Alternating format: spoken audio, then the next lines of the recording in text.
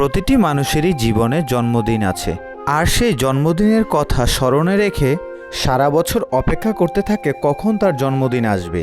সবাই চায় তার জন্মদিনটি কাটুক তার প্রিয়জনের সাথে।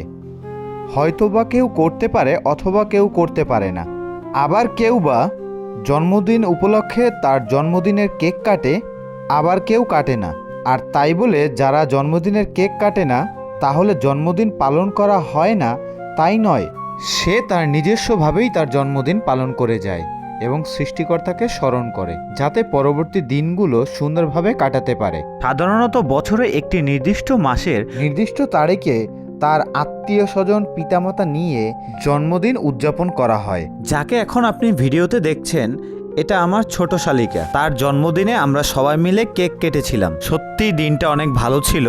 সে তো অনেক খুশি কেক কেটে। আমরা একটি মিঠাই কেক এনেছিলাম। মিঠাই কেকটা খুবই ভালো ছিল এবং মজার ছিল। সাথে যাকে দেখছেন সে হলো আমার স্ত্রী। সত্যি অনেক মজা করেছিলাম। পরবর্তীতে কেক কাটার পর সে একে একে সবাইকে খাইয়ে দিল।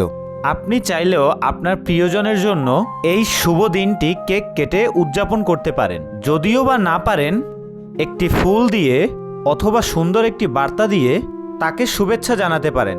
তাহলে আপনার প্রিয়জন অনেক খুশি হবে।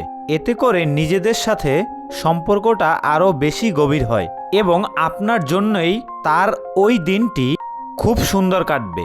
এই দিনটির জন্যই প্রথমে আমাদের সৃষ্টিকর্তার কাছে ধন্যবাদ জানানো উচিত, কারণ তিনি আমাদেরকে এই দিনটি দেখার জন্য সুযোগ করে দিয়েছে এবং তিনি আমাদের পৃথিবীর আলো দেখিয়েছেন। তাই আসুন আমরা নিজেদের প্রিয়জনের সাথে প্রত্যেকে মিলেমিশে থাকি এবং প্রতিদিনই আমাদের সৃষ্টিকর্তাকে স্মরণ করি। যারা যারা আমার ভিডিও দেখতে পছন্দ করেন অবশ্যই ফেসবুকে ফলো করে দিবেন এবং ইউটিউবেও সাবস্ক্রাইব করে দিবেন এবং আমার পরিবারের সদস্য হবেন। যদি ভিডিওটা ভালো লাগে অবশ্যই লাইক কমেন্ট শেয়ার করে দিবেন। পরবর্তীতে আমি আমার স্ত্রী ও ছবি তুললাম, দিনটিকে স্মরণ করে রাখলাম। Thank you so much.